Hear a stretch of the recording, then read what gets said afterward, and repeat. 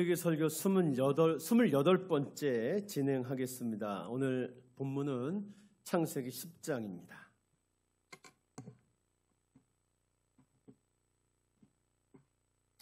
네, 창세기 10장 보겠습니다. 네, 오늘은 성경 전체를 다 읽고 설교하지 않고 부분 읽어가면서 여러분들과 말씀 나누겠습니다. 창세기는 문학의 구조가 중요한 인물의 계보를 하나의 단위로 이야기가 짜여 있습니다. 창세기 9장은 노아의 죽음을 끝으로 하나의 계보가 끝납니다. 그러니까 이제 덩어리 하나가 끝나는 거죠. 이제 다음 단위로 10장부터는 넘어갑니다. 창세기 저자는 이제 노아의 계보가 노아의 죽음으로 끝났기 때문에 새로운 계보를 향해 눈을 돌립니다. 창세기 10장에는 인류의 분산, 그에 따른 민족의 분포가 자세히 소개되고 있습니다. 자, 저희는 오늘 노아의 후손들로 인한 인류의 분산, 또 우리 민족의 분포를 볼 겁니다. 그런데 여러분, 창세기 10장에 나오는 건 단순히 민족의 분포와 나열이 아닙니다. 창세기 10장에서 우리가 읽어야 될 것은 뭐냐? 인간의 역사 속에서 인간 구원을 위해 일하시는 하나님에 대한 묘사입니다. 자, 인간들이 움직이고 흩어지고 하지만 그 안에 하나님이 일하고 계십니다. 그것을 우리가 봐야 하겠습니다. 창세기 10장은 그래서 노아 이후 흩어진 민족의 분포라기보다 인간 구원을 위해 일하시는 하나님에 대한 생생한 증언입니다. 인간 구원을 위해 일하시는 하나님을 내가 신뢰합니다 라는 창세기 저자의 신앙 고백입니다. 자, 이 고백 위에서 오늘 여러분 창세기 10장을 이제 이 고백이 이건 신앙 고백이다. 이 족보와 민족의 분포 지도 밑에는 인간 구원을 위해 일하시는 하나님에 대한 생생한 증언과 그 하나님에 대한 신뢰가 들어있다라는 그 기본 전제를 가지고 이제 창세기 10장을 여러분 읽어보도록 하겠습니다. 자, 창세기 10장 1절 우리 먼저 다 같이 읽겠습니다. 시작. 노아의 아들 셈과 함과 야벳의 족보는 이러하니라. 자, 이제 족보를 쭉 소개한다고요. 누구의 족보? 셈, 함, 야벳의 족보입니다. 자, 오늘 지금 셈, 함, 야벳으로 되어 있는데 성경은 야벳, 함, 셈 순으로 설명합니다. 자, 그렇게 되어 있습니다. 자, 홍수 후에 그들이 셈, 함, 야벳이 아들들을 낳았으니, 자, 이제 이들이 분산하고 각 지역에 가서 분포합니다. 자, 먼저 창세기 10장에서 소개되는 족보는 야벳의 족보입니다. 자, 우리 10장 2절 읽어보겠습니다. 시작. 고멜과 마곡과 마대와 야완과 두발과 메델과 디라스요. 자, 이렇게 하면서 쭉 설명합니다. 10장 2절부터 5절까지는 야벳의 후손들에 대한 이야기입니다. 자, 이 사람들은 지중해 연안을 끼고 퍼져 스페인까지, 지금의 스페인까지 나가서 분산합니다. 그들은 지금의 그러니까 유럽 쪽 속에 해당하는 사람들의 조상입니다. 그러니까 유럽 쪽 속들은 야벳의 후손이 되겠습니다. 자, 그다음에 다음으로 소개되는 건 이제 함의 족보입니다. 자, 10장 6절부터 읽어보겠습니다. 시작. 함의 아들은 구스와 미스라임과 북과 가나안이요. 자, 이렇게 되어 있습니다. 함의 후손들은 아프리카 쪽, 아라비아 반도 남쪽으로 퍼져 나갔습니다. 자, 이렇게 되어 있는데, 자, 이게 함의 족보는 6절부터 어디까지냐? 여러분 20절까지 이제 함의 족보입니다. 자, 이 함의 족보는 여러분 야벳의 족보에 비해서 굉장히 깁니다. 자, 이 족보에서는 여러분 두 가지를 여러분들이 주목해서 봐야 합니다. 자, 먼저 뭘 볼 거냐? 자, 함의 아들이 여러분 몇 명입니까? 한번 세어보겠습니다. 시작. 구스, 미스라임, 붓, 가나안입니다. 자, 이 중에서 여러분이 눈여겨볼 게 누구냐? 자, 구스, 함의 아들 중에 구스의 아들 니므롯입니다. 10장 8절 여러분 한번 또 읽겠습니다. 시작. 구스가 또 니므롯을 낳았으니 그는 세상의 첫 용사라. 자, 그 사람의 별명을 기억하십시오. 첫 번째 용사, 니므롯은 첫 번째 용사였습니다. 9절 시작. 그가 여호와 앞에서 용감한 사냥꾼이 되었으므로 속담에 이르기를 아몬은 여호와 앞에 니므롯같이 용감한 사냥꾼이로다 하더라. 자, 니므롯은 별명이 두 개입니다. 세상의 첫 용사, 용감한 사냥꾼. 이게 그 사람의 별명입니다. 자, 10절 읽어보겠습니다. 시작. 그의 나라는, 이 사람이 나라를 세웠군요. 자, 구스의 아들 니므롯은 나라를 시작합니다. 시작. 시날 땅의 바벨과 에렉과 아까까 갈라에서 못했으며 시작되었으며. 여기까지 보겠습니다. 그러면서 쭉쭉 나가서 됐습니다. 자, 이제 여러분 저를 보겠습니다. 자, 오늘 함의 계보에서 우리가 먼저 주목해야 되는 하나의 이야기가 바로 니므롯에 관한 이야기입니다. 여러분, 지금 우리가 읽은 이 성경의 무대는 어디냐? 고대 메소포타미아 지역입니다. 지금으로 말하면 이란, 이라크, 사우디 있는 그쪽 지역을 뜻합니다. 고대 메소포타미아 지역에서는 이 무렵에 부족들이 이렇게 있잖아요. 자, 가족이 커지면 부족이 돼요. 자, 가족, 씨족, 부족 이렇게 됩니다.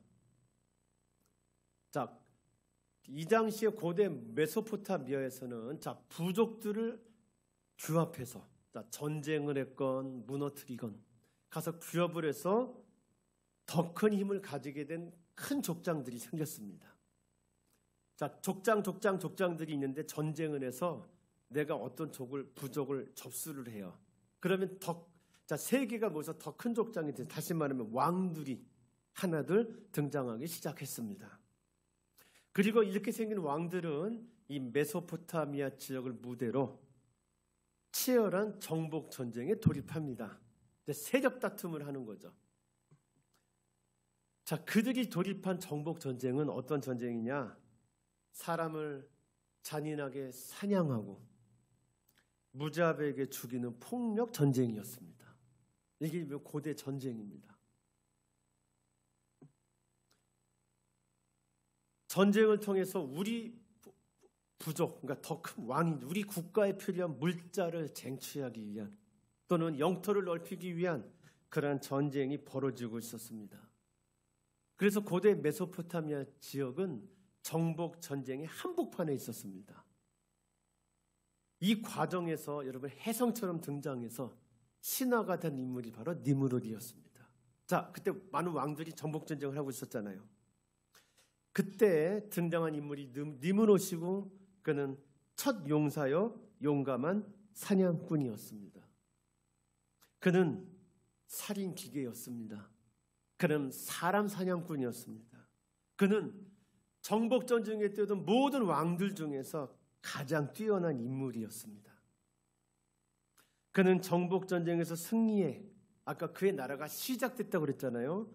그는 처음으로 최고의 권력자가 되는 일을 시작한 신화적인 인물이었습니다. 그는 나라를 세웠고 이 나라는 인류 역사상 최초로 대제국이 되었습니다. 여러분, 니므롯은 바로 이런 사람입니다. 자, 그 당시에 여러분 성경용 역사대로 오면 아직 대제국은 없었습니다. 그냥 부족 국가가 좀 커져서 국가들은 있었는데, 자, 국가와 국가가 여러분 전쟁을 해서 더 커지면 제국이라고 합니다. 대제국은 없었는데 이 니므롯이, 구스의 아들 니므롯이 대제국을 창건합니다. 그런데 이 나라는 하나님의 나라에 대적하는 그런 인간의 나라였습니다. 창세기 저자는 지금 그걸 이야기하고 있습니다. 니므롯이 세운 이 나라, 제가 지난주에 설명드렸습니다. 하나님이 우주를 경영하시는 원리, 무슨 원리요? 공경의 원리. 니므롯이 세운 이 나라는 나 이외의 존재를 하나님의 나라를 이루는 동등한 인격체로 보는 공경의 원리가 완전히 파괴된 나라였습니다. 니므롯이 세운 이 나라는 약자에 대한 폭력, 약자에 대한 정복을 정당한 통치 이념으로 하는 그러한 나라였습니다. 이 니므롯의 나라에서 타인은, 특히 약자는 나의 욕망을 채우고 나의 이익 추구를 위해서 함부로 해도 좋은 수단일 뿐이었습니다. 니므롯이 세운 이 나라는 인간의 죄를 더 부추겼고 많은 사람들의 지지를 받으며 점점 확산했습니다. 오늘 창세기 10장에 우리 8절부터 니므롯 얘기가 나오는데 창세기 10장의 이야기는 바로 이렇게 인간의 나라가, 공경의 원리가 무너진 인간의 나라가 많은 사람들의 지지를 받으면서 확산하고 있었다라는 걸 이야기하고 있습니다. 이 나라가 확산하는 만큼 인류는 고통을 당합니다. 니므롯과 그가 세운 대제국은 역사 안에 하나님을 대적하는 인간에 의해서 거대한 인본주의 문명과 제국이 모습을 드러내고 있음을 보여주고 있습니다. 짧은 순간에 여러분, 노아가 술에 취해서 지금 실수를 하신 지가 얼마 되지 않습니다. 하나님이 인간의 죄를 심판하셨고 새 땅에 노아가 내렸고 노아가 농업을 시작했잖아요. 그리고 정확한 시간은 모르지만 노아가 우리 실수를 하잖아요. 자, 그 하나님이 죄를 청소한 지가 얼마 지나지 않았지만 인간의 죄에 의해서 어느새 거대한 인본주의 문명과 제국이 들어섰다. 인간의 죄가 이렇게 금방 커져버렸다. 창세기 저자는 창세기 10장을 통해서 말해주고 있습니다. 이제 여러분, 인간 역사 안에 하나님을 대적하는 공경의 원리가 처참하게 짓밟힌 그런 인간의 문명과 제국이 모습을 드러낸 겁니다. 여러분, 오늘 이 족보에서 여러분이 먼저 주목해야 할 것은 이겁니다. 자, 두 번째입니다. 자, 15절부터 보겠습니다. 자, 이제 또 아까 구스가 있었잖아요. 자, 이번에 우리 여러분 다시 한번 10장 6절 한번 읽어보세요. 시작. 함의 아들은 구스와 미스라임과 북과 누구요? 가나안이요. 자, 지금 구스 아들 니므롯 했잖아요. 자, 우리 15절부터는 자, 우리 누구 얘기가 나오나 보세요. 15절 시작. 가나안은 장자 시돈과 헷을 낳고. 자, 두 번째 여러분이 함의 족보에서 봐야 할 것은 가나안 족속에 대한 상세한 묘사입니다. 여러분 보세요. 자, 구스, 미스라임, 붓, 가나안이 있잖아요. 여러분, 자, 구스는 자, 한 줄로 끝나는데 그러면서 니므롯 얘기가 8절부터 14절까지 나왔어요. 아니 12절까지 나왔어요. 굉장히 길게 나온 거, 좀 길게 나왔죠. 그 다음에 여러분 13절 보세요. 누구입니까 이제? 미스라임 얘기는 몇 줄이요? 2줄 나와요. 그러면 자 보세요. 함의 네 아들 구스, 미스라임, 붓, 가나안인데 자, 구스 얘기 한 줄. 그런데 니므롯 얘기가 무려 몇 줄을 차지해요? 하나, 둘, 셋, 넷, 5줄을 썼어요. 굉장히 니므롯 얘기 길게 배정한 거고. 자, 미스라임 얘기 2줄이고 붓 얘기는 안 나오고 그다음에 누구 얘기요? 가나안 얘기인데 가나안 얘기 보겠습니다. 15절, 16절, 17절, 18절, 19절. 5절이나 쓰고 있습니다. 다른 족속의 묘사에 비해서 가나안 족속에 대한 묘사를 창세기 저자가 자세하게 하고 있습니다. 가나안 족속에 대한 묘사가 이렇게 상세한 이유는 자, 이 말씀을 그 당시에 가장 먼저 들었던 이스라엘 백성들의 위치, 사명과 관계가 있습니다. 여러분, 지금 세상에는 공경의 원리가 사라진 폭력적이고 무자비한 인간의 나라, 인본주의 문명만 있습니다. 그런 세상에서 이스라엘은 하나님의 뜻인 공경의 원리를 따라 살도록 선택되었습니다. 자, 지금 그 당시에 이 말씀을 들었던 이스라엘은 어디에 들어가서 자, 함과 야벳 셈의 그 땅 중에 어디에 들어가서 가나안 족속이 살았던 땅에 들어가서 인류 구원을 위해 신본주의 문명이 바탕이 된 하나님의 나라를 세워야 합니다. 하나님의 나라를 세우려면 반드시 자신들이 정복 전쟁을 벌여야 할 가나안 사람들 사이에 있는 그 관계를 알아야 했습니다. 그래서 모세는 지금 가나안 족속의 분포와 내용을 지금 상세하게 기록하고 있습니다. 다시 좀 설명할게요. 여러분 지금 이스라엘이 이 창세기 그때 이게 듣고 있잖아요. 아마 누가 읽었겠죠. 딱 이 얘기를 들으니까 우리가 지금 가나안에 들어가면 정복 전쟁을 벌일 사람들이 있는데 그들이 누구라고요? 셈, 함, 야벳 중에서 누구? 함의 아들 중에 누구라고? 가나안이구나.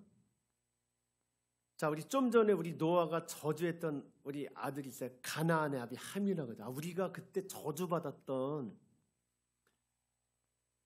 함의 후손 가나안의 땅으로 들어가는구나 라는 걸 알게 하려고 지금 창세기 저자가 함의 족보를 이렇게 자세히 쓰고 있다는 겁니다. 그래서 우리가 가나안에 들어가면 하나님에 의해서 저주받은 저들과 전쟁을 해야 되는 거구나. 그걸 알게 하려고 모세가 이 이야기 썼다는 겁니다. 다시 말할게요. 우리가 이기겠구나. 두려워할 게 없구나. 라는 걸 알기 위해서 지금 모세는 가나안 족속의 분포와 그 내용을 상세하게 기록하고 있다는 겁니다. 여러분이 봐야 될 건 이거예요. 두 번째 포커스는 함의 족보에서. 자, 세 번째. 자, 이제 마지막으로 소개된 족보가 누구냐? 셈의 족보입니다. 자, 우리 21절 읽어보겠습니다. 시작. 셈은 에벨 온 자손의 조상이요 야벳의 형이라. 그에게도 자녀가 출생하였으니. 자, 여러분 여기서 좀 여러분이 좀 다른 것과 좀 다르다라고 느낀 게 뭐가 있을까요? 네? 크게 얘기해 주세요. 자, 이건 아닙니다. 여러분, 자, 뭐라고 돼 있냐면 셈은 그냥 누구를 낳은 셈의 아들은 그런 식으로 하면 되잖아요. 다른 데는 이렇게 돼 있어요. 야벳의 아들은, 함의 아들은 누구 이렇게 나갔는데 여러분 21절을 보면 이렇게 붙어 있습니다. 셈은 뭐라고 돼 있습니까? 에벨 온 자손의 조상이라는 문구가 들어있어요. 셈의 아들은 누구라고 안 하고 여러분 그렇게 돼 있어요. 22절부터 그렇게 돼 있는데 그 앞에 셈에는 이런 게 붙어 있어요. 에벨 온 자손의 조상이요 라고 돼 있어요. 자, 우리 22절 보겠습니다. 자, 셈이 아들을 낳습니다. 다섯입니다. 읽어보겠습니다. 시작. 엘람, 아수르, 아르박사, 룻과 아람입니다. 자, 그 중에서 여러분 아르박삿을 보겠습니다. 다섯 아들 중에 아르박삿이라고 하는 아들이 있는데, 자, 아르박삿만 써 있어요. 이 말은 무슨 얘기냐? 셈의 다섯 아들 중에서 아르박삿만 하나님이 가라고 하시는 그 길을 걸었다는 뜻이에요. 자, 아르박삿 읽어볼게요. 시작. 아르박삿은 셀라를 낳고 셀라는 에벨을 낳았으며. 자, 에벨 온 자손의 조상이란 말이 바로 에벨이 여기 나와요. 자, 그러면서 자, 우리 25절 읽을게요. 시작. 에벨은 두 아들을 낳고 하나의 이름을 벨렉이라 했으니 그때 세상이 나뉘었으며. 그러면서 누구 낳고 또 나와요. 자, 에벨, 자, 이렇게 에벨은 여러분 해설이 붙어 있고 셈은 에벨 온 자손의 조상이라고 언급되고 있습니다. 자, 이게 무슨 뜻인지 우리가 또 주목해야 됩니다. 여러분이 셈의 족보의 첫머리에서 자, 전부 다 하나님이 가라고 하시는 길을 안 가고 주저앉은 상황에서 유독 하나님의 길을 걸었던 셈은 에벨의 모든 자손의 조상으로 소개되고 있습니다. 이 말은 셈과 에벨 자손의 후손이 깊이 연관되어 있다는 걸 말하고 있는 것입니다. 여러분, 에벨은 무슨 뜻이냐? 순례자, 이동하는 사람, 건너온 사람이란 뜻입니다. 자, 우리가 이스라엘 사람들 히브리인이라고도 부르죠. 히브리인이라는 말이 여기서 나왔을 것으로 추측되고 있습니다. 히브리인은 무슨 뜻이냐? 순례자, 건너온 사람, 이동하는 사람의 뜻이에요. 자, 그러니까 에벨은 여러분 결국 누구의 조상이라는 이야기입니까? 히브리인의 조상이라는 뜻입니다. 셈 족보의 서두부터 이 말씀을 듣는 이스라엘 백성들, 그 히브리인들이 셈족 중에서 아들 다섯이잖아요. 그 중에서 이스라엘 사람들은 누구의 후손인 거라고요? 아르박사의 후손이라고. 그리고 히브리인들이 셈족 중에서 가장 뛰어난 계통의 사람들이라는 것이 오늘 이 족보에서 지금 암시가 되고 있습니다. 여러분, 에벨이라는 사람이 나왔다는 건 히브리인들의 조상인 아브람계의 족보가 역사 무대에 서서히 등장하고 있음을 알리는 신호입니다. 여러분, 아까 에벨은 뜻이 뭐라고 했습니까? 건너온 사람, 이동하는 사람, 순례자라고 했습니다. 에벨은 여러분 이름 그대로 옮겨 다니는 삶을 살았습니다. 에벨은 왜 옮겨 다니는 삶을 살았던 것일까요? 여러분, 아까 저희가 야벳의 족보를 봤잖아요. 에벨이 살았을 무렵은 여러분 니므롯이 그의 대제국을 세우고 대제국을 폭력 전쟁을 통해서 확산하던 시기입니다. 에벨이 이동하는 삶을 살았던 이유는 니므롯의 폭력과 그의 인본주의 사상이 싫었기 때문이었을 것입니다.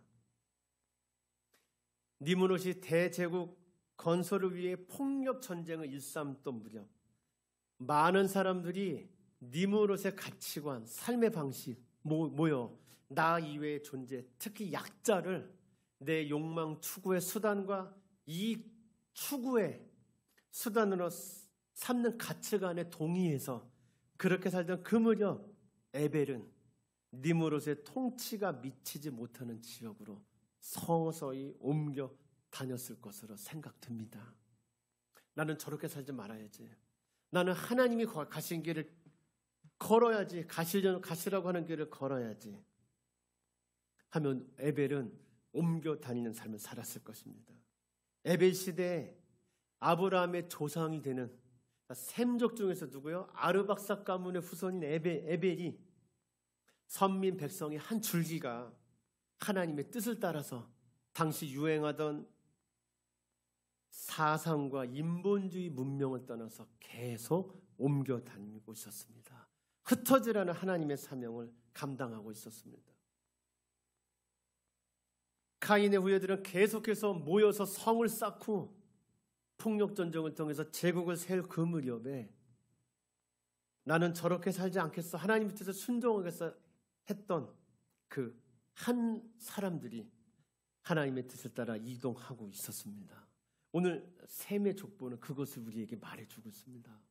모든 사람들이 다 하나님께 대적하는 인본주의 문명편에 서서 그렇게 사는데 오직 한 가문만이, 셈의 족속 중에서도 아르박삭 가문만이, 그 중에서도 누가? 에벨 자손들만이 하나님의 뜻을 따라서 옮겨 다니고 있다는 걸 지금 창세기 10장의 계보는 우리에게 보여주고 있습니다.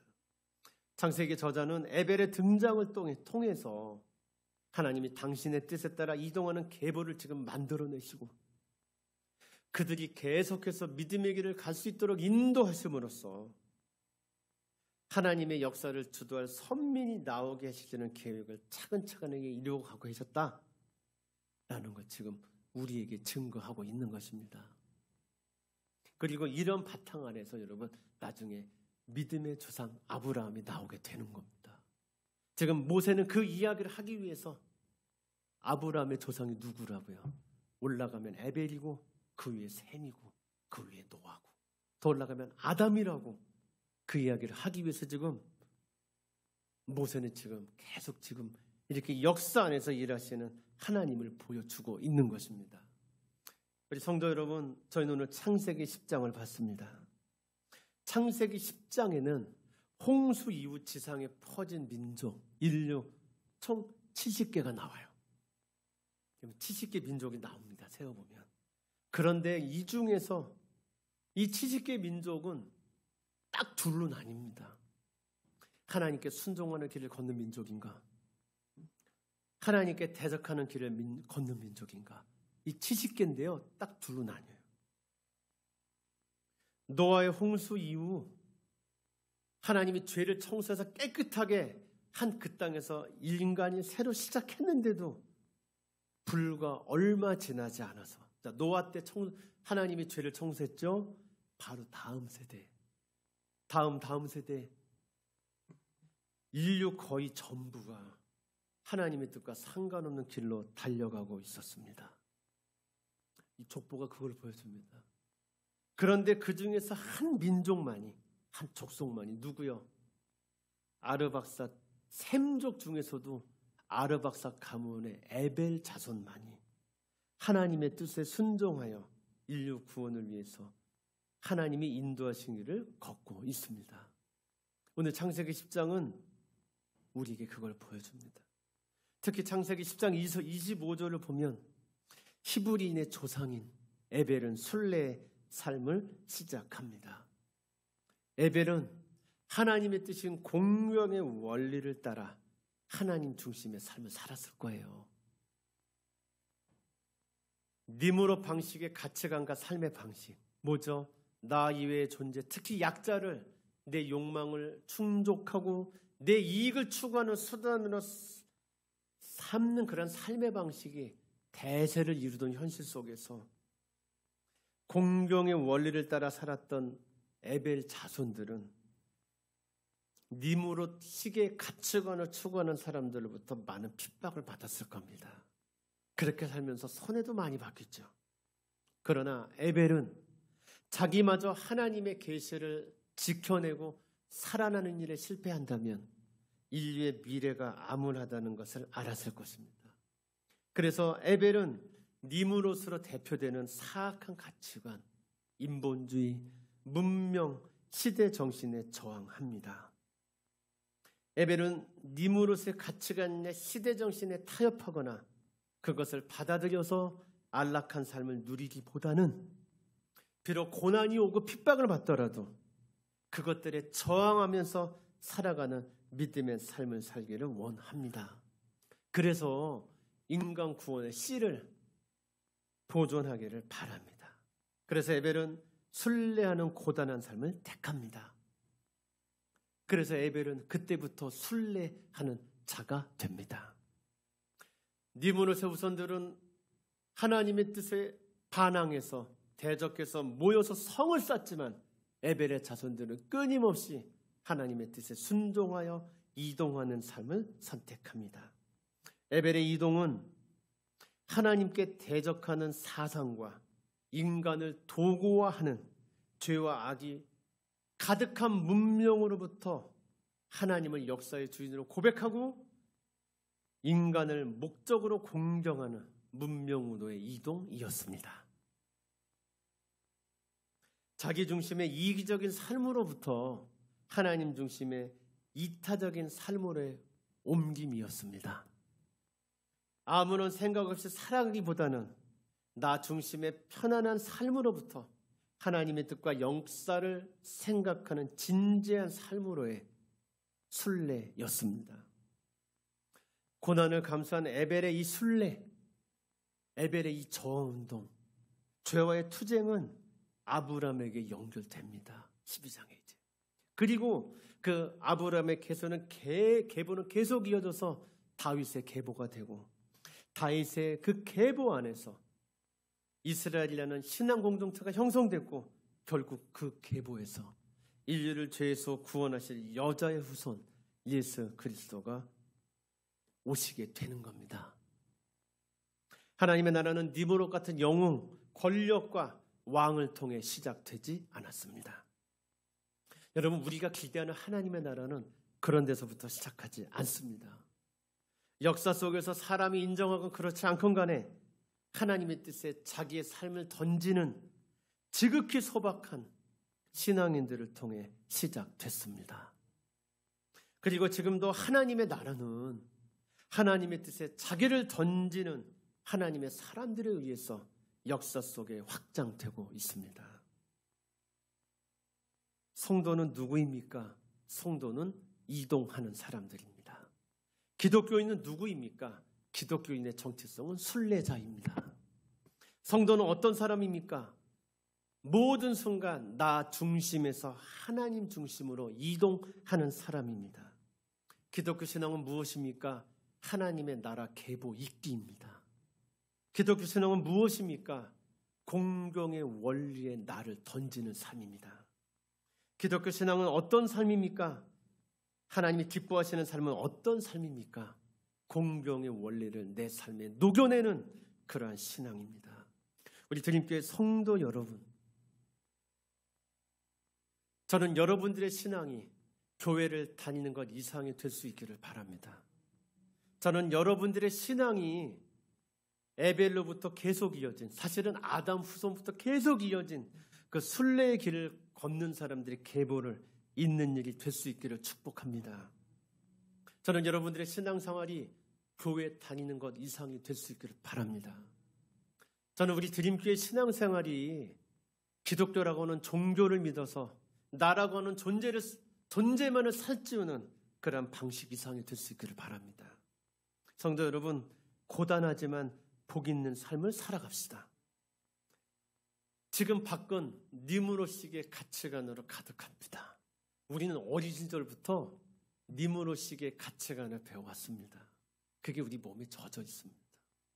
그러나 우리 하나님의 성도 여러분, 하나님 나라의 가치관대로 살아봅시다. 그리고 그 하나님 나라의 가치관, 신본주의 사상을 다음 세대에 전달하는 삶을 살아갑시다. 여러분, 에벨은 순례하느라고 고단했을 겁니다. 그러나 그의 고단한 삶은 진정 복 있는 삶이었고 그의 이동을 통해서 온 인류가 복을 받았습니다. 그는 정말로 복의 근원이었습니다. 우리 드림교회 성도 여러분, 에벨처럼 하나님이 가라고 하신 이 순례의 길을 걷는 그런 사람들이 됩시다. 우리도 이 계보를 잇는 사람들이 됩시다. 우리는 무명하나 유명한 사람이고 우리는 초라한 것 같으나 가장 환하게 빛나는 사람이며 아무것도 남긴 것이 없는 것 같으나 언젠간 우주에서 가장 중요한 것, 하나님의 형상을 남길 사람들이기 때문입니다. 우리 드림교회 성도 여러분, 순례의 길을 걷는 사람들의 계보가 이 세상에 존재합니다. 그 계보에 연결되어 그 계보의 길을 걷는 하나님의 사람들이 되시기를 축복합니다. 이 좁은 길을 걷는 사람들이 바로 기독교인요, 성도요, 이 세상의 소망인 교회입니다. 기도하겠습니다.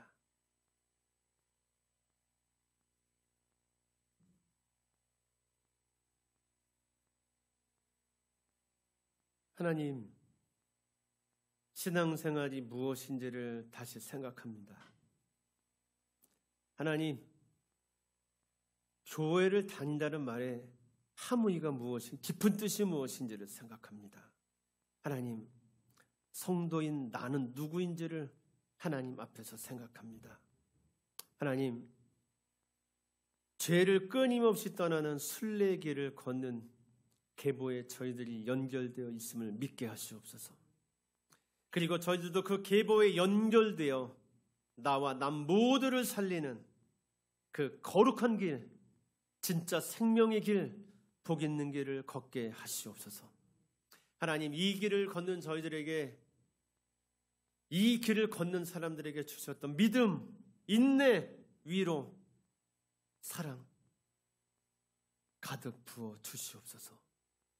우리를 구원해 주신 예수님의 이름으로 기도드립니다. 아멘.